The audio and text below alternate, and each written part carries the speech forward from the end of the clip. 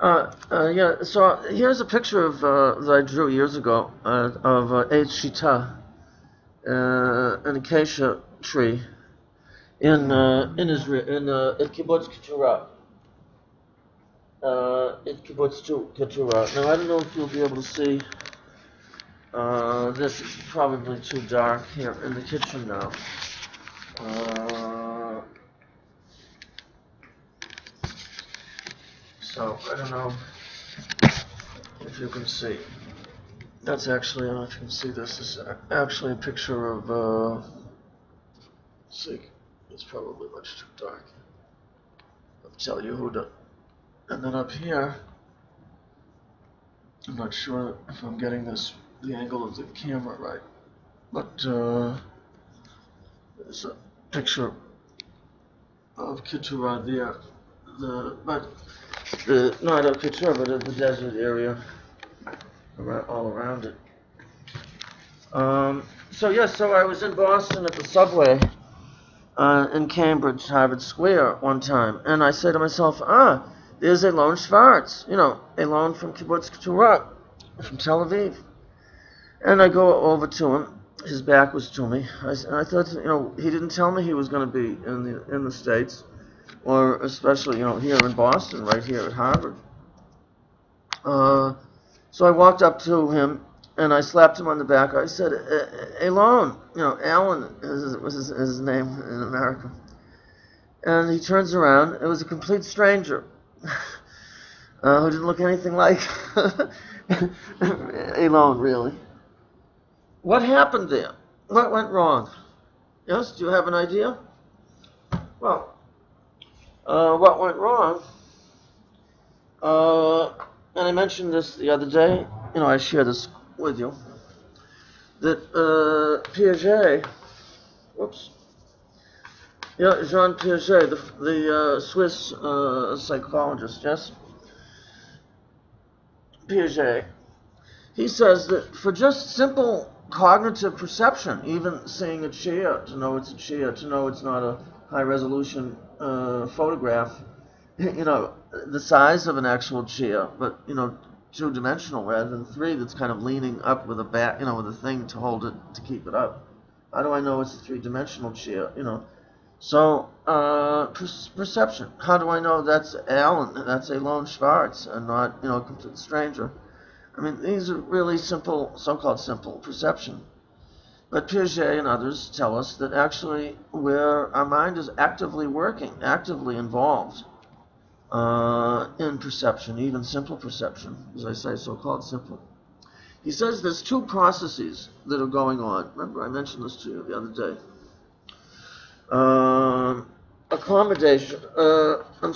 Assimilation, he calls one of them. That has nothing to do with assimilation of minority cultures into majority, the majority in this given culture. Social situation. But what he means is that when I perceive something, and this of course happens just very quickly, we're not really aware, of doing this, but when we see something, or hear it, or whatever, we relate it to something we already know. It's the same or it's similar. In other words, we assimilate it, what we take in, perception-wise, or not wise. It all indeed depends on a proper kind of, it's not exactly a balance that'll happen, but a kind of a creative attention between, dialogue between, give and take between, there's the between again, between assimilation. In other words, I assimilate what I'm taking into something I already know. But that isn't all we do, he says. Simultaneously, he says, it's really just back and forth, almost simultaneously, really. We also actively are involved in the act of accommodation. Yes? Accommodation. In other words, we don't only relate what we take in to what we already know. That wouldn't work by itself. we also accommodate ourselves to intake which is different than what we know. Microsoft would want us, as I said the other day, to call it files. We have to open up a new file in our brain, in our mind spirit. And there's this constant back and forth, to keep to arrive at that there should be a creative tension, some sort of more or less balance. But it's not a simple kind of balance. A simple balance where it's going to be exactly, between assimilation and accommodation. Some people, like Emmanuel Levinas, call it, when it comes to reading, say, a text, especially a close reading of a classic text, that we both assert ourselves, on the one hand. We actually bring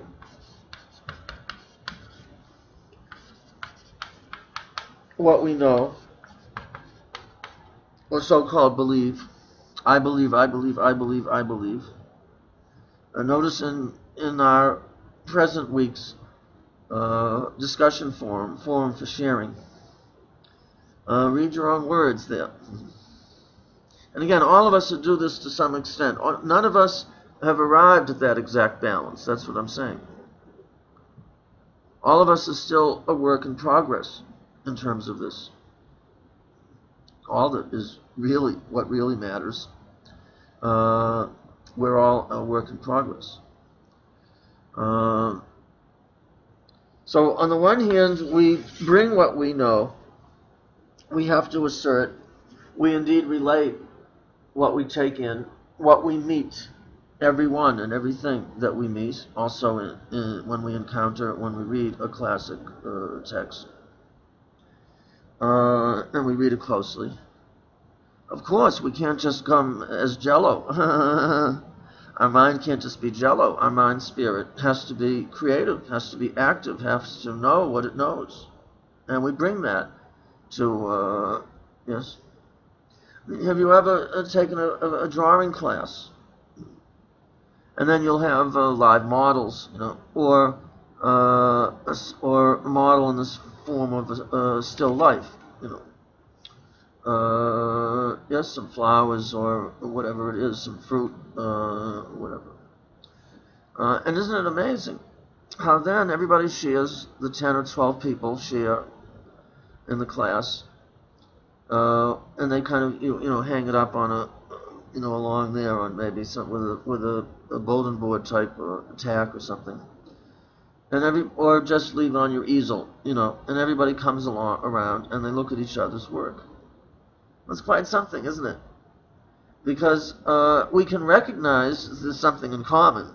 We can make out that it was more or less, that somehow it was the same, if it was a live person, modeling, that the person was the same model. Or if it's still life, we can recognize, the still life, kind of. But I say kind of because everyone's drawing is quite a bit different. Decidedly different. And as the course continues, the drawing class, we get to be able to guess, who's, that's Steve's, that's Reuven's, because, yes, that's Shoshana's, because there's some stylistic. But what is also going on is by the end of the course, or as the course continues, we want to be a little bit surprised and not know really that that's Shoshana's. Why? Because is she going to enter and then leave the class the same way she entered it, exactly, drawing the same exact way? Well, I hope she didn't pay money for the class. Somebody else paid. So we want that she would come out different if it's a good class, a good course. I don't know if this one is a good course. The other ones don't know that. But again, she doesn't have to. I've said to you before, I've argued, I've suggested to you. If you take a course on Marxism, you don't have to become a Marxist at the end of the course. If you take a course on Islam, you don't have to become a Muslim. If you take a course on Virginia Woolf, you don't have to, after the course, have Virginia Woolf be your favorite author or one of your top favorite even authors. But what does have to happen is that the way I thought about Marxism or Islam or Virginia Woolf before the course, now I think about it quite differently. I don't know if I agree. I don't know yet what I will do with it in my everyday life. But I can say that before the course, I didn't have any appreciation for some of the key ideas or any of the ideas of Islam or Marxism or Virginia Woolf. But now, I've gained some what I call angles of appreciation. I can see that in Marxism there's some very plausible observations about the human being and societies and economies.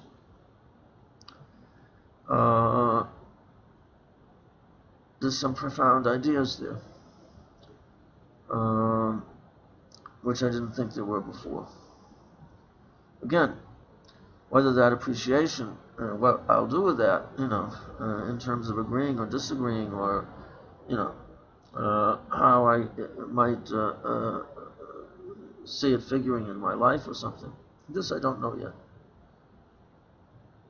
But I still come out changed. And one of the ways you do is during the course you try ideas on for size. You try them out a little bit. So in a drawing course, you try a certain technique or approach to drawing that isn't the same that you had when you came in. Right, then what you're going to do with it after you leave, you don't know yet. But hopefully it means that there will be elements in it which will affect you a little bit differently. You will draw differently. Hopefully you won't draw the way the teacher draws or anyone else in the class exactly, because that already exists. And then it really will lack depth and authenticity and a whole lot of other stuff. You've got to find your own way. But that's part of what a good teacher will model. See how I found my own way through some suffering, even suffering meaning not just bad stuff, but really through risking myself and through searching and many years and teachers and wrestling and finding out and trying and losing it and not finding it, and this didn't work and that didn't work and then that worked and that kind of worked and I wasn't sure if it worked. I don't know it's worked and then something but I come to something of some depth and that's distinctive. And I put it together for many courses I took. I always ask my students, are you going to take another course on an experiential Jewish classroom? Or if it's a course on the Song of Songs, are you going to take another course on the Song of Songs? Or are you going to say, I already studied the Song of Songs? Well, you didn't study it. I mean, you studied it, but you studied not it. You studied it with a particular professor at a particular time and stage of your own life experience that you brought to the course. And that the professor brought to the course. And so, so what happened in the subway, that I thought that was Elon Schwartz, is that I had too much of the assimilation going on, and not enough of the accommodation, letting in that which I didn't know. See, apparently, now you say, well, why did I even think it was Elon Schwartz at all? Well, because I was thinking of friends in Israel, maybe not alone specifically.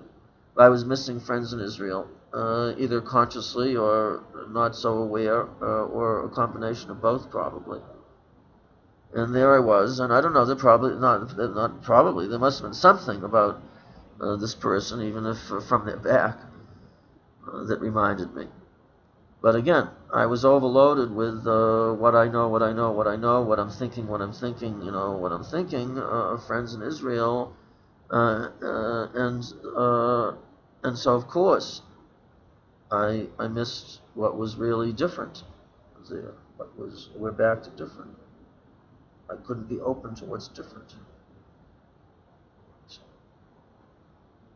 We also call it the not I. That's the meaning of Martin Buber's I and thou, I and you. It isn't I plus I. On the other hand, it's not. It's not just you. I don't want to just submerge myself into the you. I don't want to just become the you. I want to retain my being separate also, but though in relationship, which means I'm going to be. I am different with you than I am with another you, or with I'm changed, but I don't just I'm not chopped liver. I'm not just going to love you so much that I just want to be, if that's so much. That might not be true love. To just want to become one with you, to just want to serve you and do whatever makes you happy. No, it's a give and take between two differences. But definitely the I and the you in relationship are different than just themselves, by themselves. So we have to be careful. All of the texts this week, from Talmud Masechet Kiddushin to the Vayikra Rabbah text and the Eicha Rabbah text, and my translation of the Psalm 23. My translation says, "Oh, whatever happens as part of our human condition," I translate in my Psalm 23, my translation. "Oh, whatever happens as part of our human condition." And I shared with you in one of the video recordings the other day that Midrash Tehillim says for the word that I translate here, "Oh," and only let it be, "Ach." They interpret, the Midrash Tehillim interprets, "Ach" means, is it possible without suffering? Is life just with God, even just by the still waters, and lay me down in green pastures, and it's all peaceful? I fear no harm because you're with me, namely, that means you'll protect me. I mean, literally protect me. Protect me from machine gun fire, or leukemia, or some irresponsible person that has too much alcohol to drink and then gets in a car, and then, if I'm crossing the street, I'm going to be in trouble. That's the conventional reading of Psalm 23, but it's very clear that it's not my reading in this translation anyway. It's very clear in all of these texts I was sharing with you that bad things happen to good people, and God isn't protecting them in a literal way. Remember that wonderful, "I never saw a righteous person forsaken," that Midrash reinterprets forsaken. I've seen a righteous person forsaken in the sense of, I've seen him in trouble, and God doesn't help. Remember in my sixth graders, my hippopotamus or whatever it was, my think sheet on Joshua chapter 1, I asked them there, what kind of help does God offer Joshua? And what kind does God not provide? Not offer. The divine provides accompaniment. I'm accompanying you. Do not fear. Be strong. Be of courage. Kasher hayiti im Moshe. Just as I was with Moshe. Ehyeh imach. I will be with you. But you're still going to have to fight the battles. I hope your weapons are well, cleaned well and in working order. Because I hope you don't, as it says in Masechet Kiddushin, that we looked at, 39b, is it? I hope you don't have a rickety ladder or some bows and arrows that don't work well. You have to check all of that.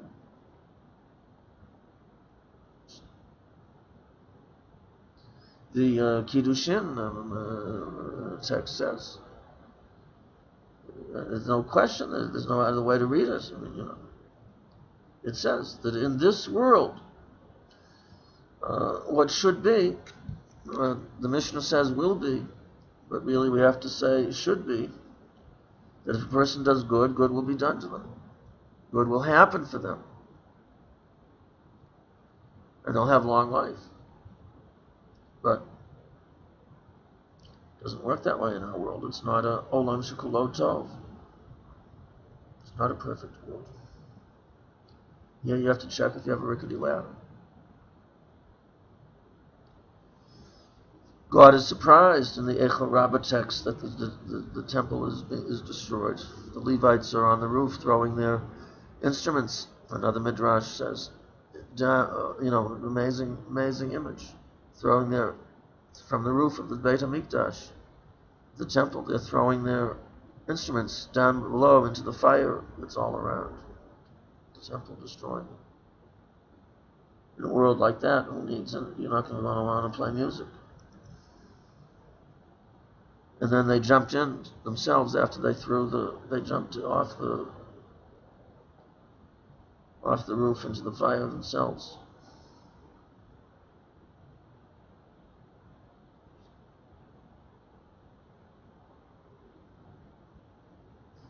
So we have to be careful.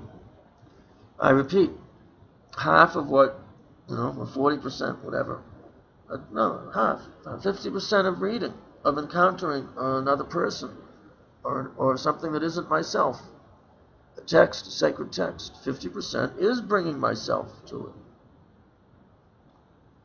it. Hopefully it will be something of depth. I mean, it's not just any self. Each of us has to continue to develop the richness, the sensitivity, the contradictions that we hold within, that we live in the between, etc. Our knowledge of different Jewish sources, etc. These are not minority sources that I'm bringing you here. It's not the only ones either, but this is widespread, these ideas. It's not just me. I didn't have to work hard to find these texts, this point of view.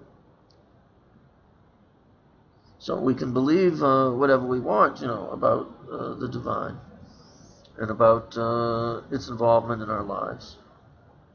But when we encounter these particular texts, there's no way that we can see them and say, well, God is protecting us and providing. You're right. In the Yuma text, 69b, Masechet Yuma, it does say that the divine's norotav, its being norah, is such that it means, how do we survive among all the nations? How does one little people survive among all the nations? Especially when its enemies are frequently exacting their hatred and cruelty against us. So we call that spirit. We call it God. In other words, it's not just the odds of brute force or whatever. The odds of, that you can figure out rationally.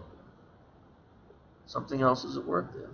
However, even in that text, it says that the divine isn't a gibor in the usual sense. Because though we end up surviving, it's hardly, with friends like that, who needs enemies, excuse me, Because you call that survival. Thanks a lot. Many historians, including especially some Israeli historians of the Holocaust and of all of modern Jewish history, including the rise of the State of Israel, say that actually we don't know if we've survived the Holocaust.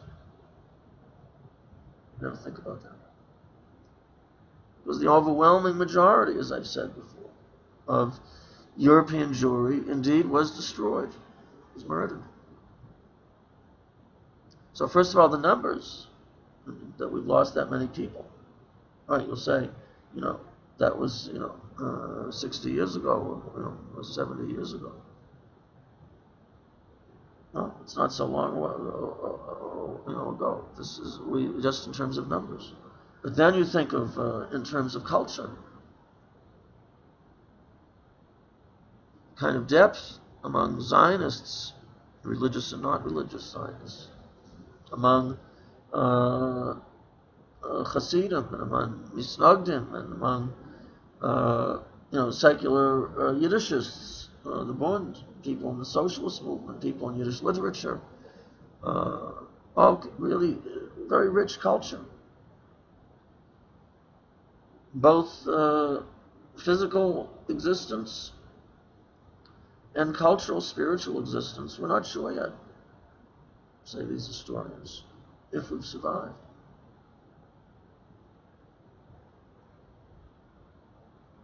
And even if we are doing very well in many ways, and we certainly are, and there's new creativities and continuations in our own way, etc., of Jewish life and learning.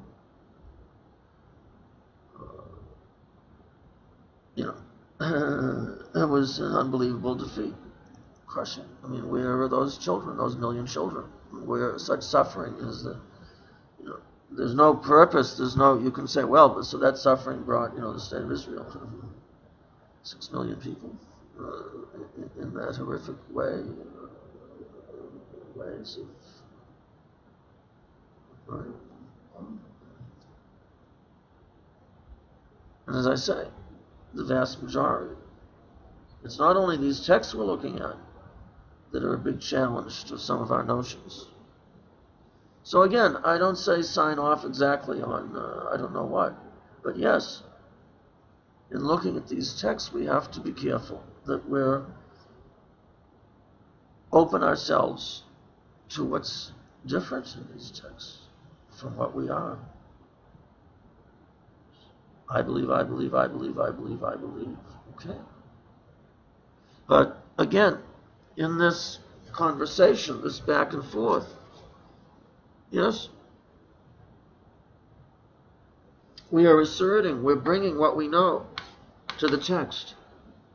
But we're also imitating the divine, as Isaac Luria figuratively, metaphorically imagines in his amazing poetry. We're undergoing tzimtzum, contraction, withdrawal, retreat, sacrifice, as it were. I have to make myself smaller at the same time as I assert what I know. Only then can I bring richness of interpretation and understanding to texts. As I said, we're not short-lived. The mind shouldn't just be jello when we encounter whoever or whatever we encounter. But on the other hand, the opposite has to go on. I also have to cancel myself. I have to put myself over there, bring myself, and also leave myself at home, leave myself at the door. I sometimes do that with my students. I say, what's your understanding of, the near sacrifice of Isaac, or what's your understanding of the creation? Before we study it, right at the first part of the class, let's say. And I ask them all to write it down. I say, I'm not going to collect them. This is just for you. Write it down and then put it in this envelope. And address the envelope just to yourself. I'm not going to open them and look. And please, I'm going to collect them afterwards. I'll give a few minutes. Give us a few minutes. I'll also write my idea about this chapter of the Bible or whatever it is I'm asking them, a holiday, whatever it is. And then I collect them all. I put them in a box and I put them outside the door. Or I put them under the desk, Or if there's a balcony, I put it outside the window in the balcony. And I say, these are great. And the approach we're going to try out today to chapter 1 of Joshua, or chapter 22 of Genesis, the near sacrifice of Isaac, the binding of Isaac, so-called, doesn't mean it's a better approach, a better understanding, but it is a different one. It's probably a different one. And in order to be open to it, to some degree, at least 50%, if not more, we have to leave what we know already about it outside the door. This whole theme of outside, yes, at the beginning of the course I shared with you my love of the story about how Rabbi Akiva arrives late at the Beit Midrash, and he doesn't want to interrupt, cause any interruption, so he waits till there's a break. So he waits outside, and then inside they're discussing, trying to figure out the halacha about something. Then someone says the halacha is outside, and it's with Akiva, because he's so brilliant and creative. We need to bring him in. And they keep repeating that until they finally bring him in. The halacha is outside. It's metaphor. It's not just about Rabbi Akiva. It's about how it's always something else. To try to think the unthought. Why is the commandment most often repeated in the Torah? Do not oppress the stranger.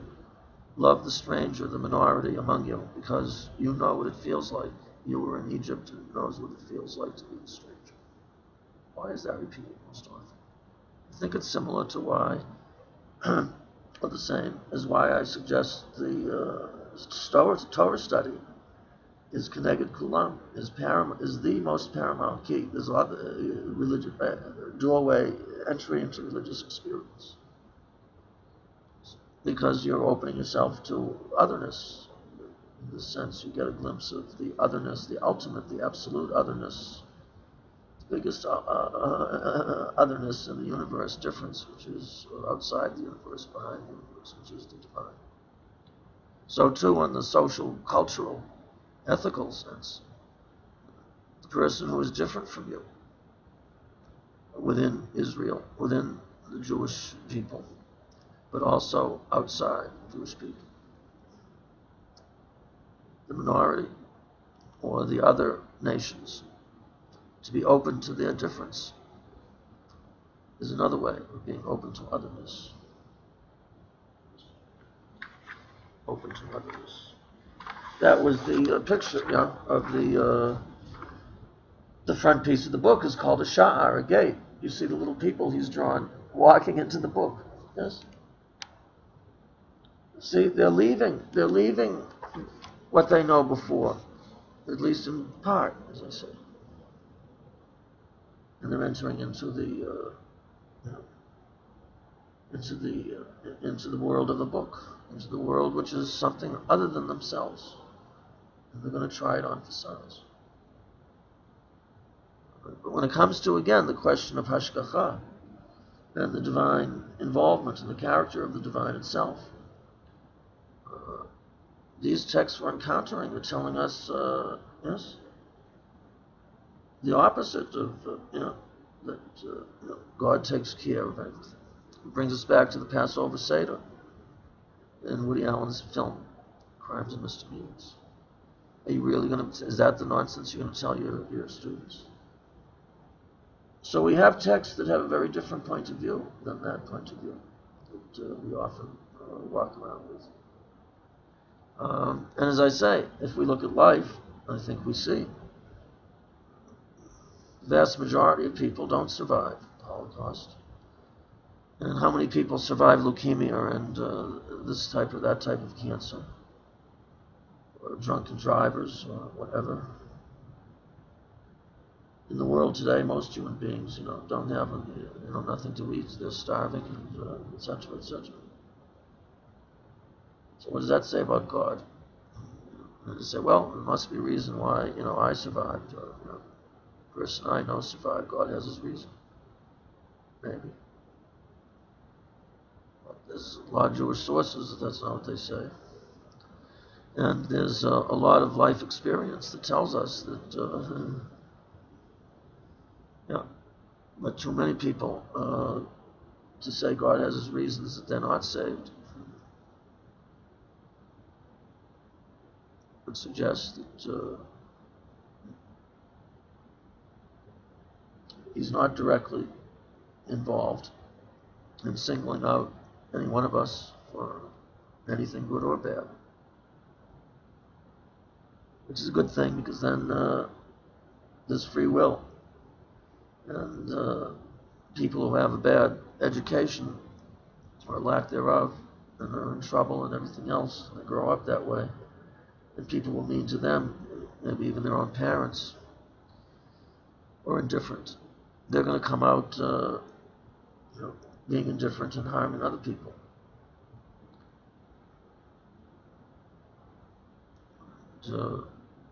Others, will do good in the world. But what it gives us is the free will. And in that sense, we're able indeed to choose to make if life, opportunes us to have those choices. Not everyone does, as I say, because of their background, because of their experiences. All our experiences make us who we are, and most of them we don't have much say about.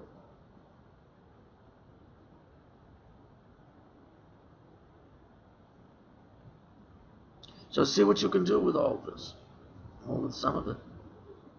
Yes. Try it out. Try it out.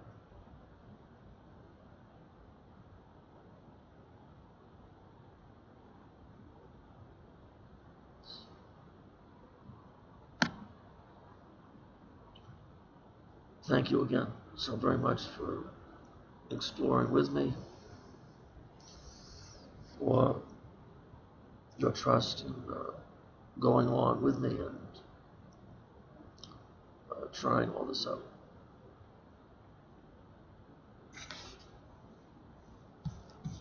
I think it can be of some value.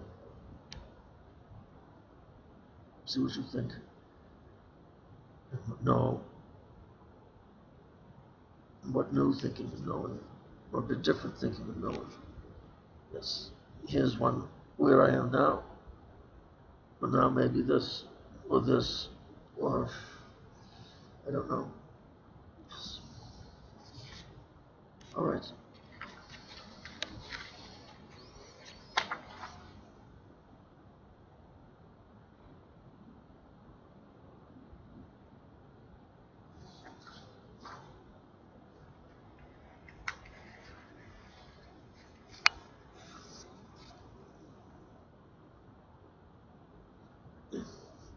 Take it. Take it.